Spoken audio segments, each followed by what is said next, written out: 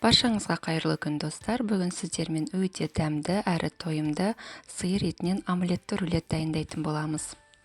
Ең бірінші омлетімізді дайындап аламыз. Ол үшін бізге жұмыртқа, майонез, ірімшік, манка жармасы және куркума қажет.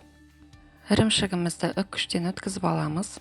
Жұмыртқамызды ыдысқа салып біркелкі етіп араластырып аламыз. Үстіне үккіштен өткізілген ірімшігімізді салып, тағы бір араластырамыз. Оның үстіне майонезімізді қосамыз. Барлығын жақсылап бір араластырамыз тағы да. Манка жармасын салып, араластырып, 10-15 минутқа қойып қоямыз. Соңында куркумамызды саламыз. Куркума бізге түсін шығару үшін қажет, яғни сары түс беру үшін қажет болады. Дайын омлетімізді противеньге салып, біркелкі етіп жайып шығамыз.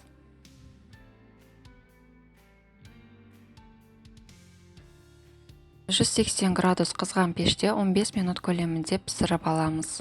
Ендігі кезекте салмасын дайындаймыз. Ол үшін бізге тартылған сиыр еті және бір пияз қажет болады. Пиязды ұсақтап төрт бұрышты етіп тураймыз және бір ас қасық сұйық майға қуырып аламыз. Қуырылған пиязымызды басқа ыдысқа салып суытамыз. Фаршымызды бұрыштап, тұздап, оған суыған пиязымызды қосып, барлығын жақсылап біркелкі етіп араластырамыз. Салмамыз дайын болды. Піскен омлетімізді осылай пергаментқа орап суытып алдым. Енді суыған омлетімізді ашып, ортасына салмасын саламыз. Салмасын біркелкі етіп жайып шығамыз. Салмамызды жайып болған соң, қайтадан рулет қып ораймыз. Жақсылап, тығыздап ораймыз. Оралған рулетімізді міндетті түрде қалың фольгаға ораймыз. Фольганы 2 қабаттаймыз.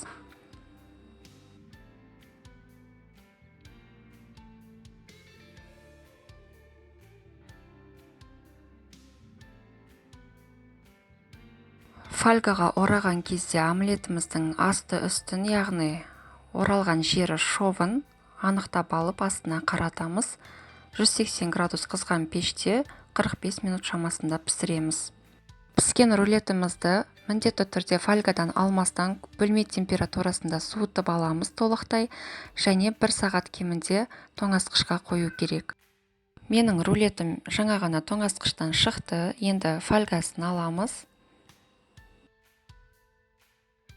Осындай әп-әдемі сары омлетті рулет шығады. Ортасын кесіп көреміз. Міне өте әдемі, тығыз шыққан. Кез келген дастарханның көркі болатыны сөзсіз. Дәмі де тілі үйреді. Өте тойымды. Жасап көріңіздер және бағасын беруді ұмытпаңыздар.